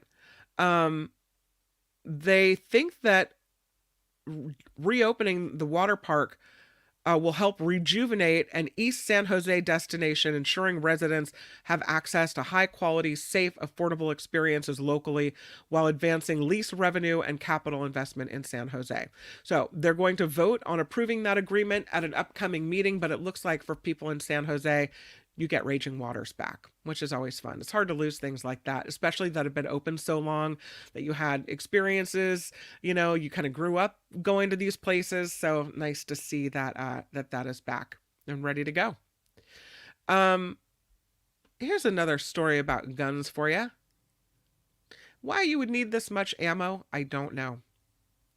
A Richmond man arrested after a search of his home uncovers about a dozen military-style machine guns, 60 assault rifles, and about 1 million rounds of ammunition, among other weapons and explosives, because, why not? Sprinkle those in there for fun.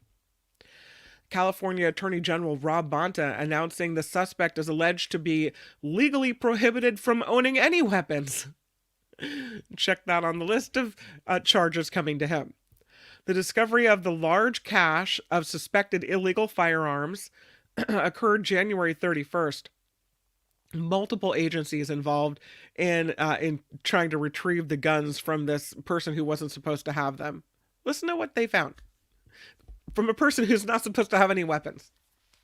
Okay.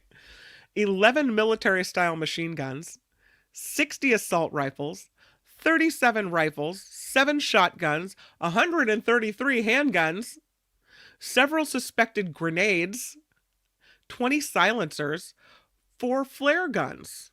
Why not? 3,000 large capacity magazines, about 1 million rounds of various caliber ammunition, dozens of rifle receivers and pistol frames. I don't know. I don't know why you need this. You're going to launch a war? Is this what's happening? Walnut Creek Bomb Squad had to go out there when they found the grenades. They were mostly inert, or they were found to be inert, not mostly. What do they say? It doesn't count with hand grenades. It has to be totally inert. The Bureau of Firearms agents, law enforcement that went out there, they say the man's identity and the location of his residence was not shared by the Attorney General's office. I think they're keeping this hush-hush, but this is a big story. Let's follow along, because I think that there's something more to this one. Because why would you need that much weaponry? I don't understand how that could even be a thing. No. And we talked about this on the Mark Thompson show the other day, that feeling of being swindled, how embarrassing it is for people, right? This man in Morgan Hill was allegedly swindled over nearly $2.5 million, and sadly, from friends, or people he thought were friends, alleged friends. Police in Santa Clara County charging this Morgan Hill man with multiple counts of fraud-related crimes after he allegedly befriended people only to swindle them. Syed Farquharian, 45 years old man, charged with grand theft, securities fraud, identity theft, passing bad checks, and filing a false document with enhancements for white-collar excessive taking. That's a crime. Excessive taking, for allegedly misappropriating more than $2.3 million from 4 people. And here's what prosecutors say that he did: offering investment opportunities that never actually existed. He is accused of befriending people to gain their trust before approaching them with fictional investment deals like, let's open a gas station in Berkeley, or let's open a car wash in Gilroy. His alleged victims transferred hundreds of thousands of dollars into his personal accounts. And guess what? Allegedly, he never used any of the money for the stated purposes or returned the money when questioned about it. He does have an alleged co-conspirator being charged with grand theft as well. Currently, Mr. Farquharian is out on $250,000 bail.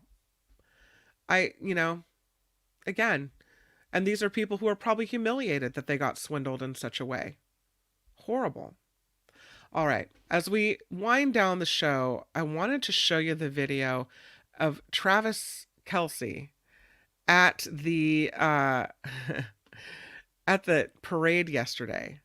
And honestly, I was embarrassed. I was really embarrassed when I saw his display, I guess you could say. Now, I don't know if it's normal for players to get drunk in their victory parade. I would think the drunken night happens the night you won the Super Bowl. You go out drinking with your team, you're celebrating, woo, everybody has too much to drink, what have you. But the day of the parade and the victory rally, this is before the shooting all took place, this part is public facing, right? You're still role models for all the kids in attendance.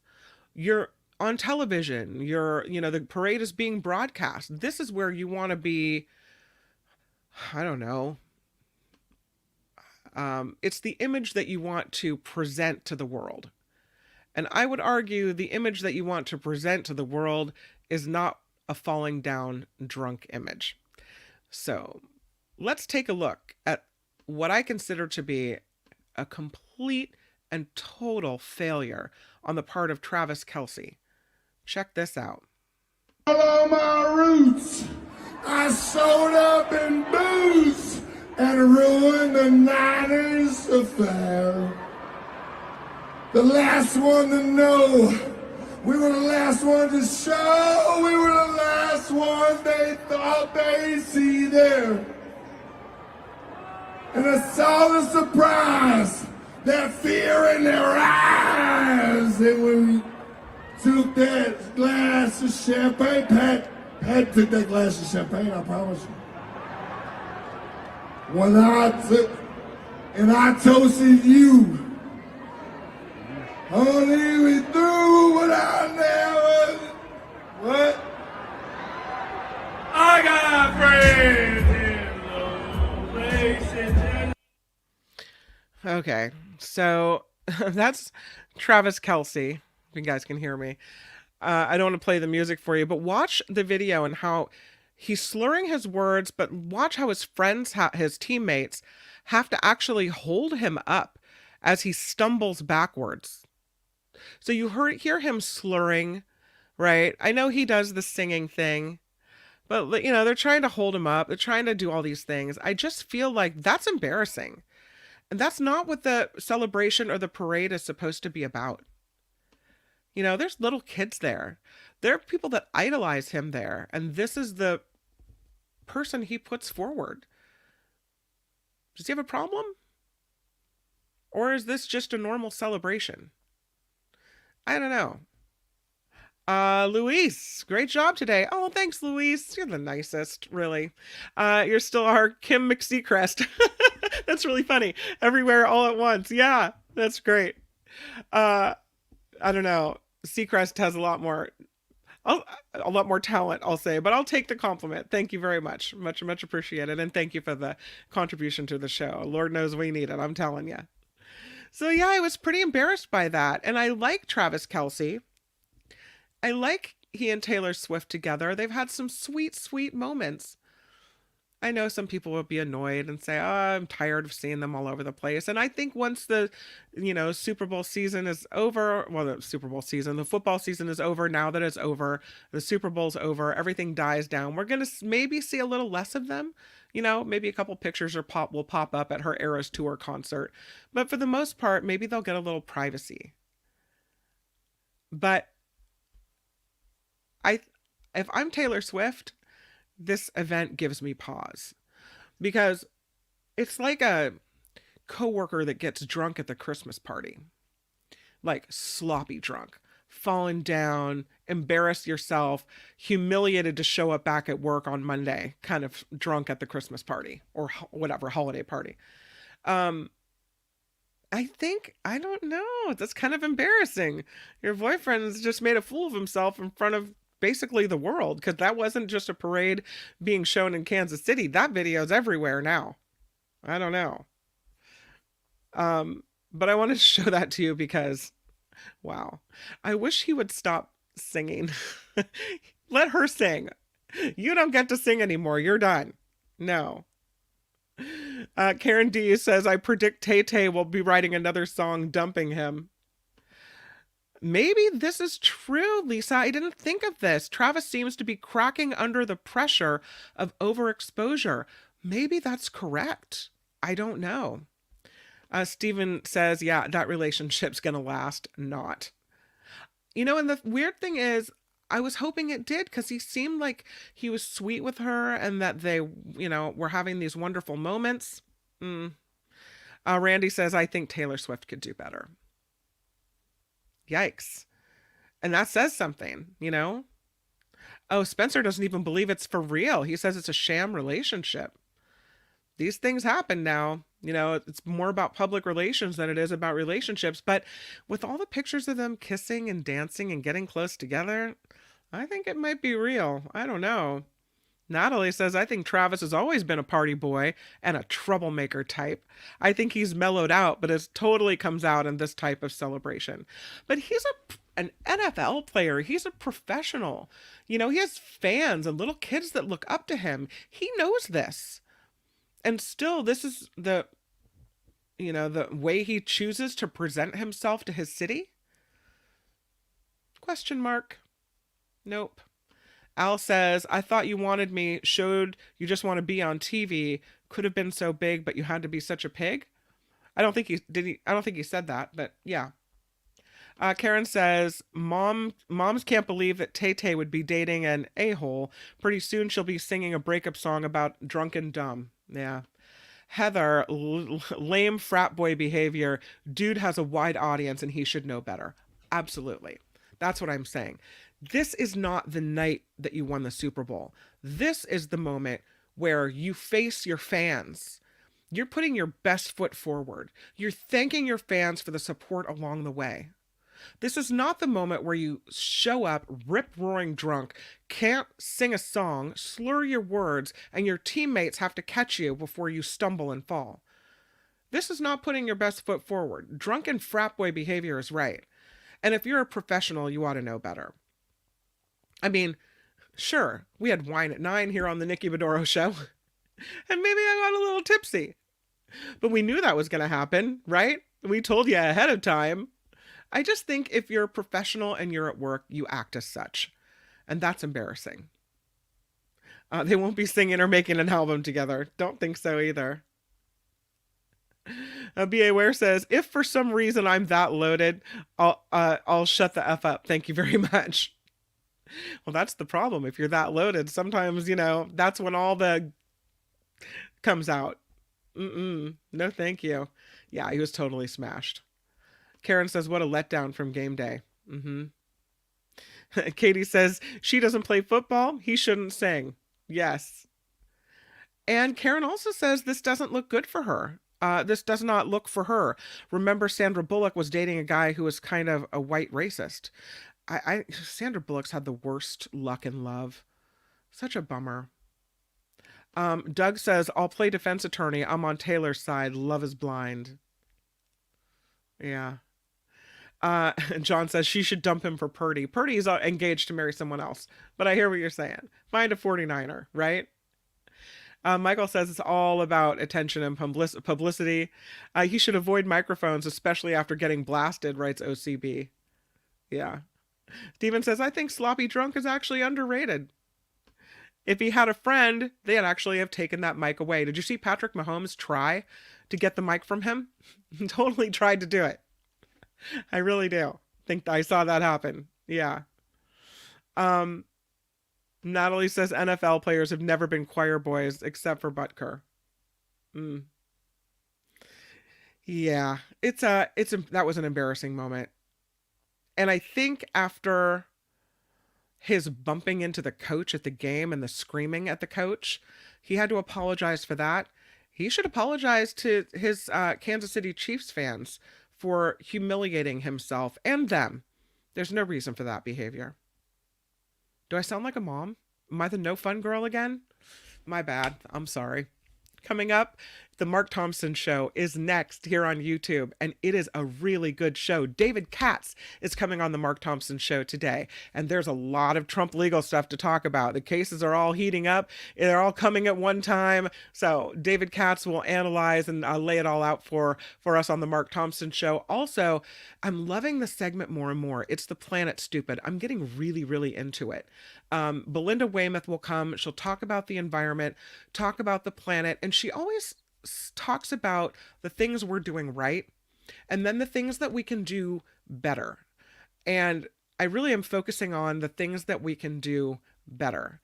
And sometimes she'll talk about little things. Sometimes she'll talk about, bigger things that maybe corporations can do better. But I learn a lot on the segment, and I'm really excited to see it today. So these things are coming up on the Mark Thompson Show. That is next here on YouTube. And of course, the After Party Live follows the Mark Thompson Show. It's all carries us through till 2 o'clock this afternoon. So I hope you'll stick with us. But for now, let's end the show with, I'll play both renditions, because when we only play the ukulele rendition, Jacob will ask me, did you play my piano one? So I'll play them both. This is Jacob. Thanks for being here, you guys, on the Nikki Maduro Show. Please click the like button on your way out and over to the Mark Thompson Show. Bye. Nikki, you're all so awesome. You sprout like a beautiful blossom. You're also the best. I really can't rest. You're all so awesome. Wow, okay. Nikki, you're all so awesome. You sprout like a beautiful blossom.